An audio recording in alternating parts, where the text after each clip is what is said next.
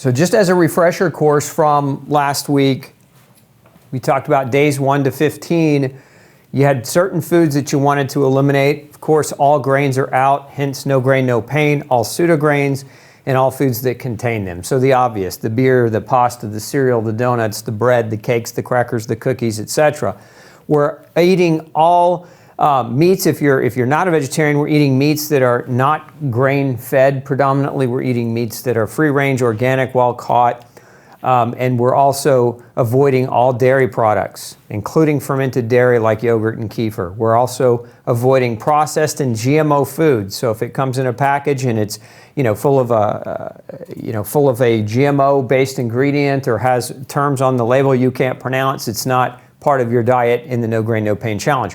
We're avoiding all soy, including fermented soy products, and then we're also avoiding all manufactured sugars. This is processed sugars, not natural sugars, so you're okay to eat fruit. You're just not okay to eat, cane sugar, beet sugar, corn sugar, and a number of the other artificial sweeteners. You've got sucralose and you've got sweet and low and aspartame and the like. So those are out during these first 15 days. So we started with these rules during days 1 through 15. You should be, coming into your second week here, but let's go in, let's prep you for next week. As you go into day 15 through 30, what else are we looking at eliminating? We're eliminating a few more things. So number 1, we're taking out vegetables in the nightshade family. This would include things like eggplant, potato, peppers, goji berries are a nightshade. Tobacco is a nightshade, although, we have rules already here, but tobacco is part of the nightshade family. So we're avoiding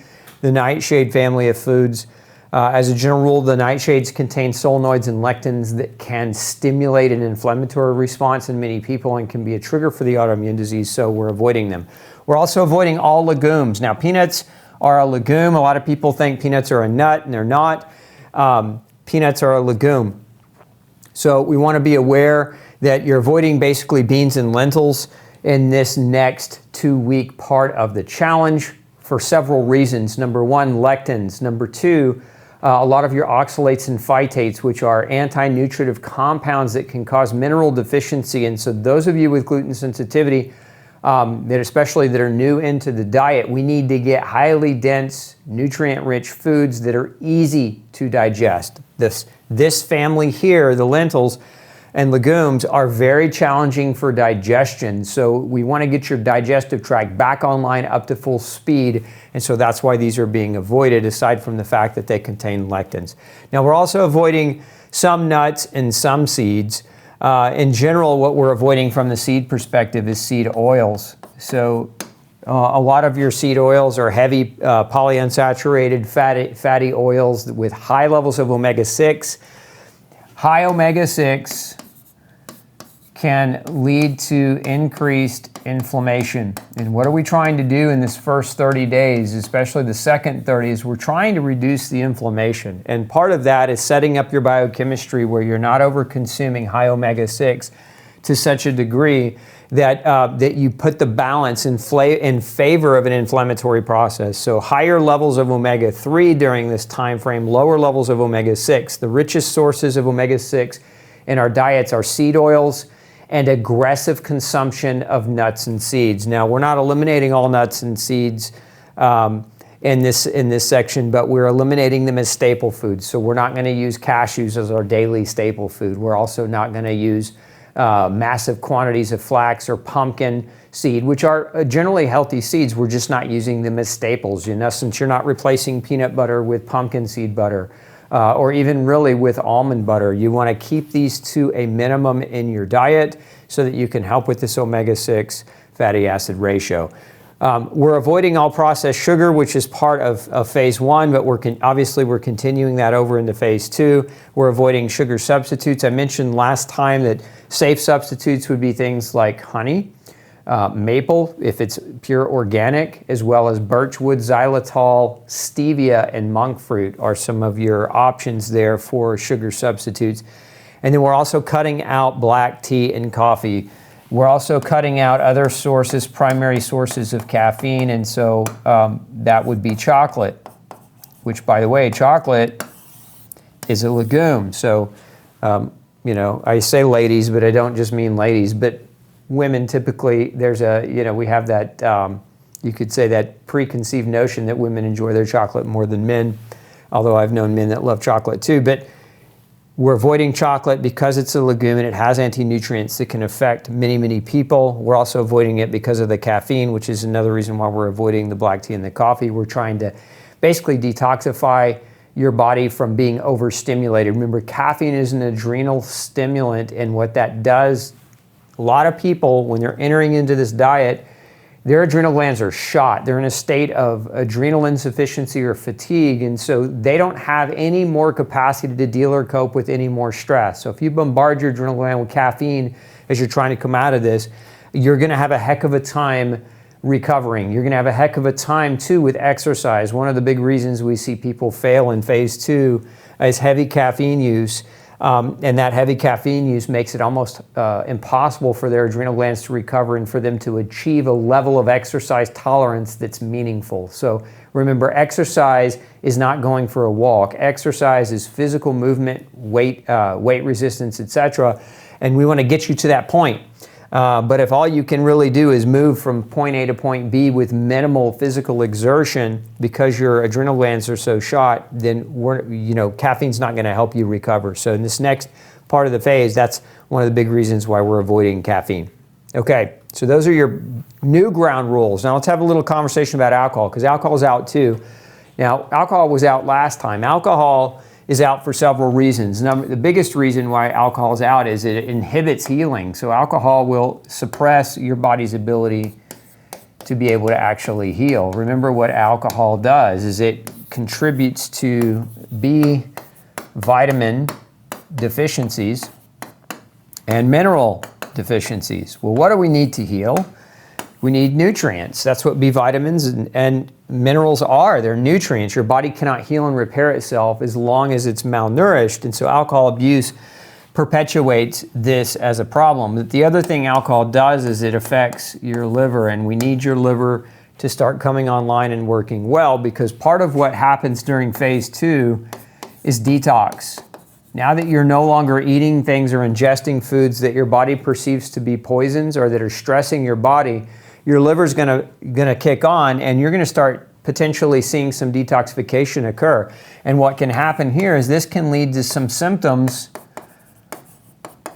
what oftentimes doctors refer to as a Herxheimer response. Herxheimer was the name of a doctor who first observed that detoxification symptoms of patients.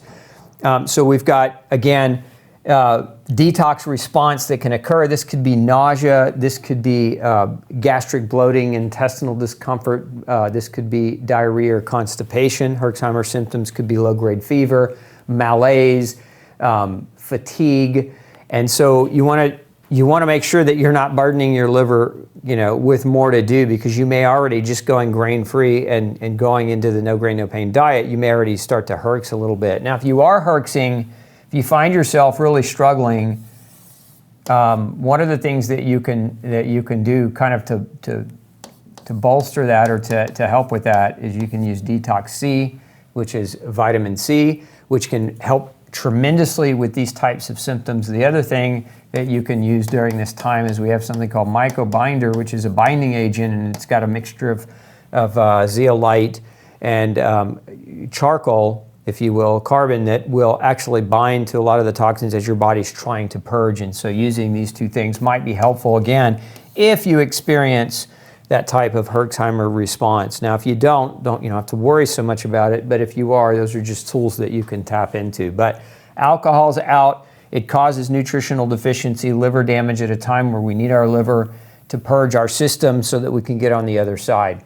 And that brings us to another point, which is medication. Many of you may be taking, a plethora of different medications, depending on what your problem is. So maybe you've got a diagnosis of rheumatoid arthritis, or maybe you have, Hashimoto's hypothyroid, or maybe you've got liver damage or liver disease, whatever it is. A lot of you have blood pressure problems or blood sugar problems, and you're taking different medications for different reasons.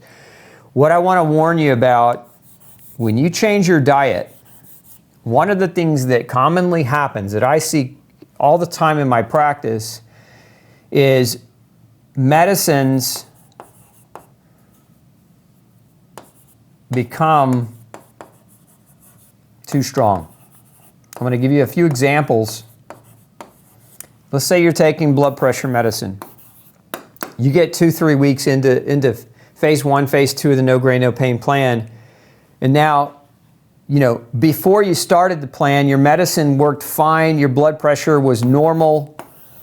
But as you're going through no grain, no pain and you've changed your diet, maybe you've dropped, a lot of people drop anywhere from 5 to 25 pounds in the first month.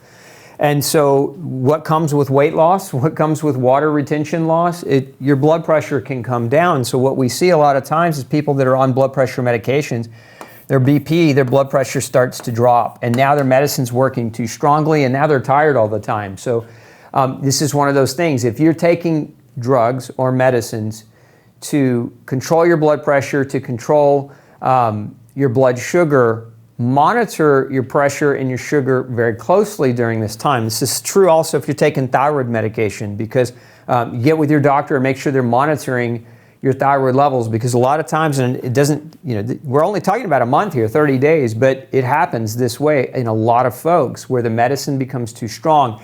So monitor your blood pressure, monitor your glucose or your blood sugar, okay? Because if your blood sugar starts to naturally drop, whatever drug you're using to lower it may start to become too strong, and now your blood sugars are crashing and you're hypoglycemic. It's going to cause fatigue and shortness of breath and dizziness. It can cause nausea. You can pass out. You want to be cautious and you want to make sure that you're monitoring these things and letting your doctor know what you're doing. And then again, the other big example is your thyroid. So if you're on thyroid medication, one of the things you get with your doctor and ask them to monitor your TSH. What happens a lot of times during the first 30 days of no grain, no pain, what we'll see is depending on what drug you're taking, if you're taking levothyroxine or Synthroid, or if you're taking Tirosint, we'll see that your TSH drops. It goes too low, and if it goes less than 0.5, that means the medicine's becoming too strong. And so again, monitoring that during this time, because if your thyroid medicine becomes too strong, you could get heart palpitations. Some people kind of misinterpret these as AFib, the symptom AFib, atrial fibrillation. You can get trouble sleeping. So you go to bed at night, you can't fall asleep because your thyroid medicine's too strong and it's keeping you awake. We'll see hot flashes. This is especially true in women, and when you're in your late 40s, 50s, 60s, sometimes we'll see hot flashes of thyroid medicine actually emulating menopause symptoms, but nobody's looking. Everybody's just making the assumption that the female's going through menopause, when in reality, in many cases, we see that the thyroid medicine is becoming too strong. We'll also see excessive sweating become a potential problem as well. We'll see increases in anxiety if that medicine's too high. So just be on the lookout. Again, if you're taking medicines to regulate whatever disease diagnosis that you have, you just want to know that when you make a massive shift in your diet, that your body has such a wondrous ability to heal when you remove poison, that medicines oftentimes become too strong. And so those symptoms of those medicines becoming too strong could start to affect your health in a negative way. So you just have to be aware of that. So if you've got a long list of drugs, no matter what you're taking for whatever disease, you work to continue to monitor those as you're going through the No Grain, No Pain Challenge, because you don't want your medicines to become too strong and start hurting you or affecting you in the wrong way. Okay. Let's talk a little bit about restaurant dining during this time. So, this is one of the common questions I get is what restaurants are safe to eat at? And the simple answer is don't eat out. Why? Because when you eat out, you cannot control for cross-contamination. I've never been to a restaurant where in their kitchen they controlled for 100% of cross-contamination of gluten. I mean, there are restaurants that make the claim, but when they're claiming to protect you from cross-contamination of gluten, they're really only referring to wheat, barley, and rye. And so most likely your meal is going to have corn in it, it's going to have rice, or some other type of grain beyond wheat, barley, and rye. So you get cross-contamination in the meal. The other thing we know is that the food in restaurants, I mean, there may be an exception here or there, but the vast majority of them are not organic. And again, that's one of our rules. You want organic food. You don't want the pesticide exposure. We're trying to purge the poison out. We're not trying to keep bringing it back in. So again, most restaurants are not serving you organically. So between the cross-contamination and the lack of organic consumption of foods and the cooking with seed oils, which is what most restaurants do to enhance the flavor, seed oils and sugar are added to many of the things that come out to the table. You don't want these things. And so it's best to avoid eating out during this time. Now that may seem quite paralyzing to many of you. That's why I have this next slide. Let's roll into it. This is, you just click on this, you can pause the screen and you can take a snapshot, and that takes you straight to our recipe database. And these are no grain, no pain approved recipes that you can tap into. We've got hundreds of them housed at Gluten-Free Society for you to access. So make sure you're using that as a resource and really, really try to stay out of those restaurants. And then beyond that, we talked a little bit about this last week, and that's just supporting yourself with nutrients. So if you want an enhanced experience, these are the 4 things that I suggest that anyone initially going gluten-free embark upon. 1 is a high-quality probiotic. 2 is a high-quality multivitamin. 3 is a digestive enzyme to support digestion and extrapolation of nutrients from food. And then number 4 is an omega-3. This is to balance the 6-3 ratio. So the 6-3 ratio in most Americans is usually about 16-1 or higher.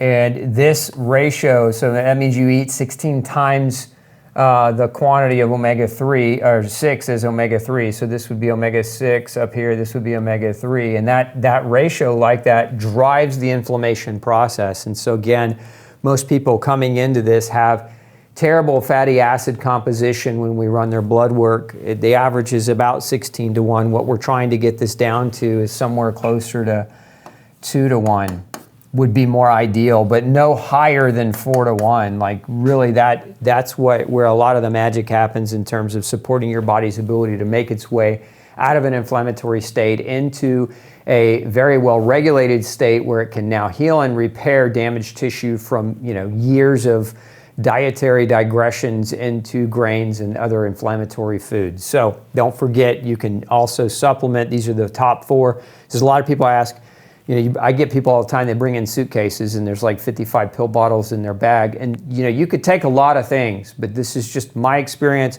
These 4, if you're trying to keep it simple over the next 30 days, keep it at these 4 things. You're gonna get the biggest bang for your buck as you're going through the No Grain, No Pain Challenge. What I'd like you to do as you're going through this process is write into us, glutenology@gmail.com. If you're going through it and you're having any kind of struggles, or if you have any specific questions that we didn't talk about or that we didn't answer, easy questions, mind you, don't send me a question that requires my team to write a college dissertation to give you an answer. We can't accommodate for that level of service and experience. But if you've got simple yes/no questions, feel free to email my team and we're going to take care of you as you're going through this process. I'd also like to see your before and afters. Look, if you go through No Grain, No Pain and you lose 25 pounds, 30 pounds, send us those pictures, send us those stories. We want to hear if you have chronic pain and your joints are inflamed every day and you get through this process and your pain goes away or your pain dramatically reduces or you were able to get off of some medications. We want to know about it. We want to know how your journey went so that we can better serve you as we go into 2023 and the future and beyond.